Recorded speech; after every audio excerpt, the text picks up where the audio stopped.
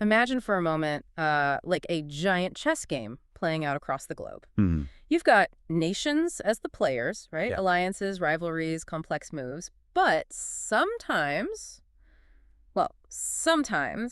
a player uses a tactic that seems, let's say, a little bit outside the rule book. Yeah, not quite playing by the standard rules. Exactly. It's not always military force. Often it's, powerful economic tools, political pressure, used in ways some countries see as deeply unfair, illegal even. And damaging, profoundly damaging. Right. So today we're doing a deep dive into one specific tactic and a really significant pushback against it, a collective effort to sort of reevaluate its place in international relations. Okay, let's unpack this a bit. We're zoning in on a very recent, very pointed statement made at the UN General Assembly. Yes, just recently. And this isn't just any old diplomatic speech. It's a specific call, an urgent one, to set up an international day against unilateral coercive measures. That's the charge. Now, that phrase, unilateral coercive measures, it might sound a bit dry, maybe technical. A bit UN speak, perhaps? Yeah, exactly. But trust me, it's loaded with implications, huge implications for how countries deal with each other, how trade works, and maybe most importantly, for the actual daily lives of millions of people. Absolutely. It touches everything. So let's get into it. Well, what's really fascinating here, I think, isn't just the topic itself, which is critical, of course, Right. but it's also who is bringing this up and how they're framing it. The context. Good point. Who are we talking about? Our main source here is the statement delivered by Her Excellency, Miss Sophia Tesfamariam. She's the ambassador and permanent representative of Eritrea to the UN. Okay, Eritrea's ambassador. Yes, and this statement, you can actually find the text on Shabait. That's the official news portal for Eritrea. It was delivered on June 16th, 2025. Got it. Shabait, June 16th. But here's the kicker. She wasn't just speaking for Eritrea. Okay. She delivered this statement on behalf of a really significant group of nations. They call themselves the Group of Friends in defense of the Charter of the United Nations. The Group of Friends in defense of the Charter. That sounds important. It is. It represents a growing bloc, a kind of unified voice actively pushing back, asserting what they see as the fundamental principles of international law, principles they feel are under threat right now. That context is crucial, isn't it? Knowing it's not just one nation's grievance. Precisely. It shows a shared concern, a collective stance among quite a few countries. So our mission for this deep dive, then, is to really get a handle on what these unilateral coercive measures actually are.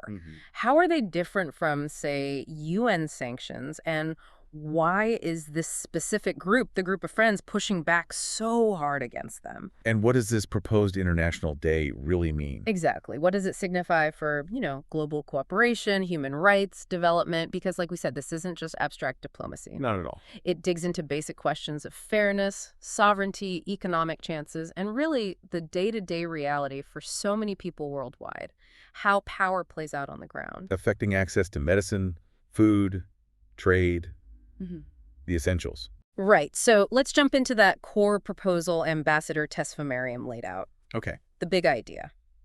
Declare December 4th as the International Day Against Unilateral Coercive Measures. December 4th. Now, you might be thinking, why December 4th? Seems specific. It's not random, is it? Not at all. The statement makes it super clear. That date is the anniversary of the Declaration on the Right to Development. Ah, okay. That connection is key. Totally deliberate, a symbolic link right off the bat, connecting this issue to an existing foundational UN document about human progress, economic well-being. It gives it weight. Instant framing.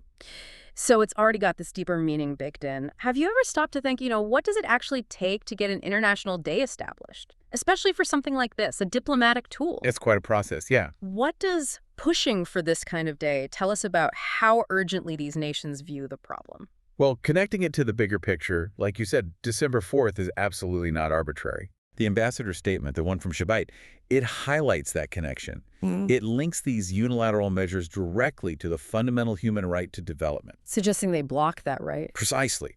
Suggesting they impede progress, they stifle prosperity.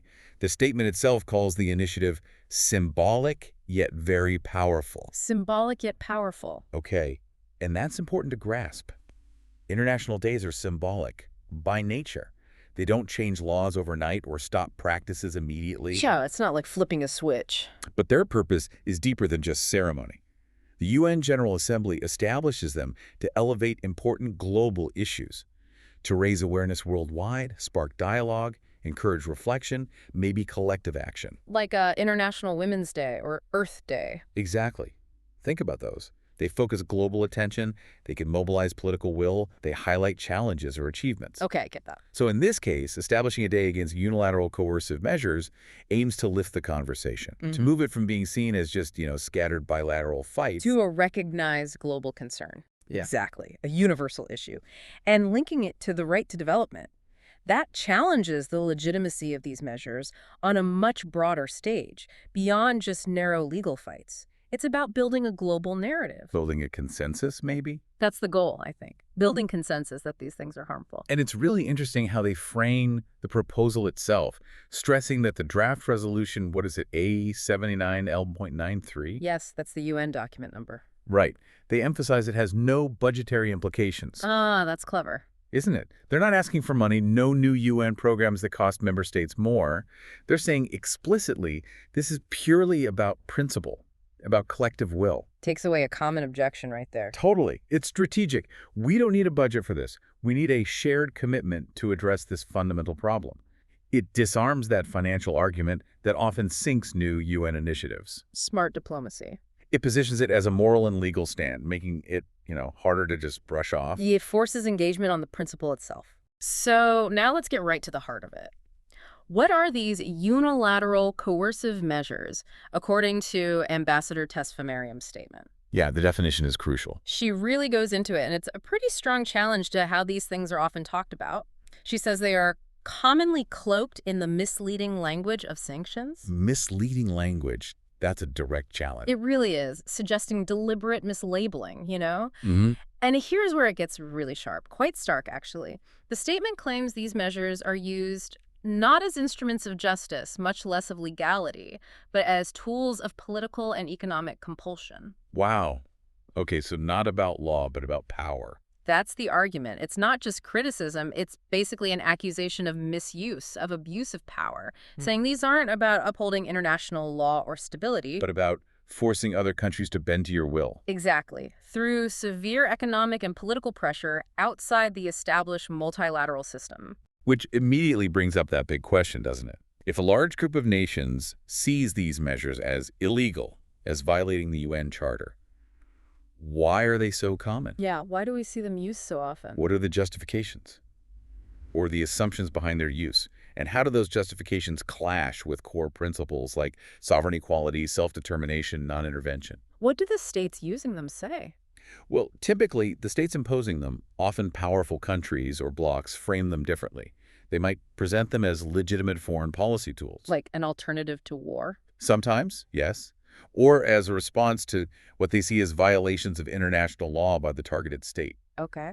And sometimes, let's be frank, they're used when the UN Security Council is deadlocked, due to the veto. So individual states might act unilaterally to enforce what they define as international norms or their own security interests. So a fundamental disagreement on legality and legitimacy. A huge divergence in legal interpretation. You have the imposing states on one side and this group of friends on the other, seeing it as a direct attack on the UN Charter's foundations. And the ambassador's statement, the one on Shabbat, it meticulously lays out that legal argument. How so? It states clearly, these measures are imposed unilaterally outside of international law and in direct violation of the founding charter of our organization. And she emphasizes the charter is nearly 80 years old. Right, invoking the history, the foundation. It's a critical point because the charter sets out those basic rules for how states should interact. Like sovereign equality. Exactly. No state is legally above another. Then there's the right to self-determination. People's choosing their own path, politically, economically, culturally. Non-intervention in internal affairs. Crucial. States shouldn't meddle in other states' domestic business. And the overall commitment to peaceful coexistence, international cooperation. Okay, the bedrock principles. Bedrock principles. And the group of friends argues these unilateral actions just shred those principles. They're saying these aren't just nice ideas for a textbook. They must not be mere aspirations, but living commitments. I remember that line. Yes. They're invoking the UN's founding document, arguing these coercive measures are a direct affront to its spirit, its letter. threatening the whole global order set up after World War II. And that idea really comes through, that these principles, sovereign equality, self-determination, non-intervention, cooperation, they're not optional extras. Not pick and choose. Right. They're meant to be living commitments, as she said, actively practiced by everyone. The statement calls for the Charter to be implemented in its entirety and interconnectedness. Meaning you can't just ignore the inconvenient parts. Exactly. So this whole issue isn't just a policy spat. It's framed as a fundamental challenge to the global order we've had for almost 80 years. A challenge to the system's integrity. It's saying, look, if we let these unilateral coercive measures spread, if they become normalized, we're basically chipping away at the very foundation of how nations are supposed to interact. Eroding trust, eroding stability. Undermining the whole framework. And what makes this whole debate feel even more urgent, even more, well, visceral, according to the statement, is the alleged human cost, the economic devastation. Yeah, the numbers they cite are pretty shocking. Aren't they? Over 1/3 of the world's population in more than 30 countries suffers under the direct weight of these cruel and illegal measures. Over a third. That's billions of people. It's a staggering figure, and the statement doesn't just stick to numbers, it describes really concrete impacts. Like what? Blocking access to food, medicines, technology, and development, undermining entire societies, and violating fundamental human rights. So basic human needs. Exactly, not abstract economic theory. It's about life-saving drugs not reaching hospitals, maybe. Yeah. Medical equipment blocked. Or crippling technology access, hindering economic growth, innovation. Yeah, and undermining entire societies. That could mean anything from mass unemployment, collapsing health or education systems, rising poverty. Even brain drain, maybe. Skilled people leaving. Could be. It paints a really grim picture of widespread human suffering, and they directly link it to these measures. And it's not just about the country being targeted, is it? The statement talks about effects beyond their borders. Right, the extraterritorial effects. What does that mean exactly? Basically, it's the ripple effect. Think of it like this. Country A puts measures on country B. Okay. Extraterritoriality means maybe a company in, say, neutral country C tries to trade with country B, perfectly legal trade under international law. All right. But that company in country C could still face penalties or legal trouble from country A because it dealt with country B. Wow, okay, so it pulls in third parties. Exactly. It really tangles up global trade and cooperation. The statement says these measures destabilize global supply chains, something we're all too familiar with lately. They hinder development worldwide, not just in the sanguine countries, because they create risk and uncertainty. Investors get scared off, trade gets complicated. Undermines cooperation generally. Yes, it threatens the fabric of international cooperation. Countries might hesitate to engage in perfectly lawful activities because they fear getting caught in the crossfire, facing secondary sanctions or whatever. So what looks like a one-on-one dispute Becomes a global economic roadblock, affecting markets, industries, people way outside the original issue. A cascading impact. And here's where it gets really interesting, I think, because the statement ties this whole damaging impact back to the health of the multilateral system itself. The ambassador argues, quite forcefully, that these measures undermine the very multilateral system we are gathered here to defend. A direct challenge to the UN's role. Right. It questions the UN's legitimacy, its effectiveness. If powerful countries can just bypass UN processes like Security Council sanctions, which are multilateral, And impose their own rules unilaterally. yeah. What does that say about the UN's authority? About its core mission to keep peace and security?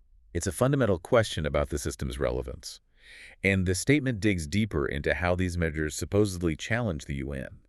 It claims explicitly they disregard resolutions of this very General Assembly and of the Human Rights Council. So ignoring decisions made by the global body itself. That's the implication. A systemic undermining, suggesting some powerful players pick and choose which parts of international law or UN decisions they want to follow. Okay. And then the ambassador points out that these measures deliberately ignore urgent appeals from major global blocs. Which blocs? She names the non-aligned movement, NMAM, that's 120 developing nations not formally aligned with major power blocs. Huge group. Massive. And the Group of 77 in China, which is this vast coalition of developing nations within the UN system. Again, representing a huge chunk of the world. Absolutely. Not small players.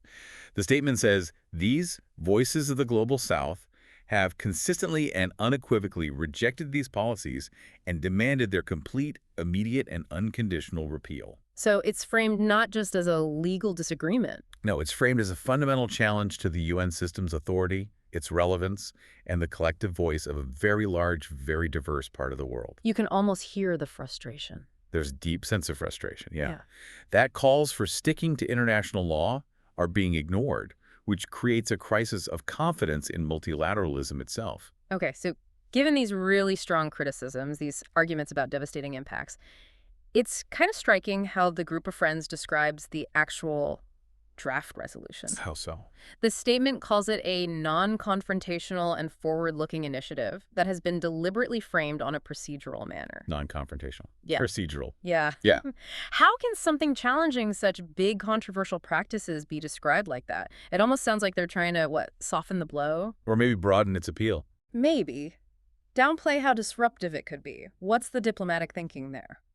Well, that framing is absolutely central to their strategy, I think. Okay. By positioning it as a call for awareness, for dialogue, rather than, say, a direct accusation or condemnation of specific countries. They're trying to get more people on board. Exactly. Trying to broaden support and head off immediate knee-jerk opposition from the states that actually use these measures frequently. Makes sense. The statement lists the goals. It does not seek to polarize or divide. Instead, it aims to foster reflection, solidarity, and global dialogue. That's clever diplomacy. It is. It tries to shift the focus from blaming to understanding, from confrontation to cooperation. The real goal is to raise global awareness about the wide-ranging consequences. And get everyone to reaffirm commitment to rule of law, cooperation, development. Right. It's an attempt to create a common space for a global chat about a global problem within the UN's inclusive setting. So less finger-pointing, more principle-raising. Pretty much. Elevate the conversation beyond just politics. Make it about fundamental international principles. Seek shared understanding of the problem and its systemic effects. It's like an invitation for broad agreement on a really thorny issue. And to back up that non-confrontational, consensus-seeking vibe, the ambassador emphasizes how transparent the negotiation process was. Oh, yeah? She mentions the draft resolution started informally over a month before, lots of outreach to different groups, individual countries. But not sprung on people. No, she says the whole thing was done in an open, inclusive, and transparent manner, presented as a real collaborative effort to find common ground, build trust, make sure voices were heard. Right. The statement from Shabbat really underlines that. It says, genuine attempts were made along the process to accommodate the views of everyone, to bridge the gaps, and to foster the broadest possible consensus. They're really stressing the effort involved. They are. Explicitly saying they tried to bring everyone along, find common ground, address concerns from all sides, and the result, they argue, is a balanced and measured text, non-confrontational in tone, and universal in aspiration. Suggests a big push to build a wide coalition. Definitely. Yeah. Even trying to bring in those who might have been hesitant or opposed initially by focusing on shared principles, rule of law, cooperation, rather than specific complaints against specific countries. It makes it harder to just dismiss. Exactly. It's an affirmation that maybe, just maybe, consensus is still possible, even on tough issues touching sovereignty and economic power within the UN framework. A testament to trying to make multilateralism work, even when it's hard. That seems to be the message. But okay, despite all this talk of consensus and being non-confrontational, the statement clearly expects some pushback. Oh, for sure. The ambassador says, some may seek to force a vote today to block consensus and to dismiss this resolution as symbolic. It's only symbolic argument. Yep. Right. Which brings up that classic debate in international relations, especially at the UN. Do symbols actually matter? What do you think? Do they really move the needle on how states behave, or are they just window dressing? Expressing disapproval without real teeth. Well, the ambassador's statement tackles that skepticism head-on with a pretty powerful counter. Symbols matter. Okay, why? What's the argument? She explains it clearly, with conviction. They are the expressions of collective conscience, sympathy, and understanding. They inspire action, sustain hope, and move history forward. Collective conscience. Yeah. So this isn't just about getting a day on the UN calendar. It's about shaping global norms. How so? It's about sending a clear message, an unequivocal message that certain actions, even if they've become common, even if powerful states justify them, are seen as illegal, harmful, and unacceptable by a big, growing part of the international community. So the act of declaring the day delegitimizes the practice. That's the idea. It creates a global standard, a kind of moral and legal line in the sand, even without direct enforcement right away. A reference point. Exactly, a reference point, a tool for future advocacy, a constant reminder of the principles that should govern relations. It gives voice to those affected and builds a stronger case for challenging these measures elsewhere, legally or politically. It's a long game then. It's definitely a long game, but it's about establishing the narrative. These actions are not okay under international law, and their negative impacts are widely recognized and condemned. It puts the pressure back on those using them to justify practices the rest of the world sees as illegal. Okay, that makes sense. The power of naming something, of collectively condemning it. Precisely. So putting it all together, what does this really mean for the big picture of international relations? The ambassador's statement wraps up with this multi-layered call to action. Yeah, it brings it all together. Supporting the resolution, she argues, isn't just about this one issue. It's about defending state sovereignty, upholding people's rights, and preserving the integrity of the whole international legal order based on the UN Charter. It really elevates the stakes. It does. It broadens the scope of what this proposed day represents, making it a defense of the entire system, not just a specific complaint. And beyond the legal and structural stuff, there's a deep emotional and political weight to it too, isn't there? Especially for the countries hit hardest. How do you mean? The statement argues that supporting this sends a message to those millions affected around the world that they are not forgotten, that they will not be left behind. Oh, right. An act of solidarity. Exactly. It turns a diplomatic vote into a powerful signal of global solidarity, giving hope, giving recognition to those suffering. It calls for a united message from the General Assembly. Unequivocally reaffirming opposition to unilateralism and commitment to the Charter's values. I recall that phrasing. Yes. And the ambassador finishes with this really strong, almost passionate plea for all responsible members of the international community to back this effort, asserting that illegality must not be normalized. And that the voices of those affected will not go unheard. Right.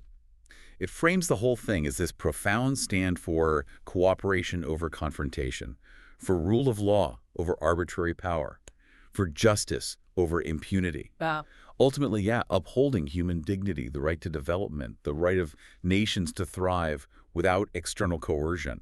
It's a very comprehensive, deeply felt argument for what might look like just a procedural vote on the surface. Making the symbolic act a powerful declaration of principle. Against practices seen as undermining global stability and justice. Yeah. Yes. Okay, so let's recap our deep dive today. We've really dug into a pretty significant move in global diplomacy, haven't we? We have. This collective push to establish an international day against unilateral coercive measures. We've unpacked what those measures are, at least according to the group of friends in defense of the Charter. Based on that statement from Ambassador Tesfamariam, yeah. And we've explored the devastating human and economic impact they claim these measures have, affecting potentially over a third of the world's population. The scale is huge. We saw how the statement, which you mentioned is on Shabbat, presents this initiative as both symbolic and powerful, rooted in the UN Charter, linked directly to the right to development. And importantly, we looked at that diplomatic framing, calling it non-confrontational, forward-looking, designed to foster dialogue and consensus, even while clearly expecting some strong opposition. A very calculated approach. Yeah. And, whatever the immediate outcome of the vote on this specific resolution, this whole initiative, it definitely reflects a growing global mood. You think so? I do. A powerful desire to reassert those founding UN principles. It forces a conversation that's badly needed about the legitimacy and the real-world impact of these measures. Takes them out of the shadows. Exactly. It moves them from bilateral disputes into the global spotlight. It's really a testament to the enduring belief that international law, that multilateralism, they're essential for a stable, just world. And here's something to think about, a final thought maybe. Consider this.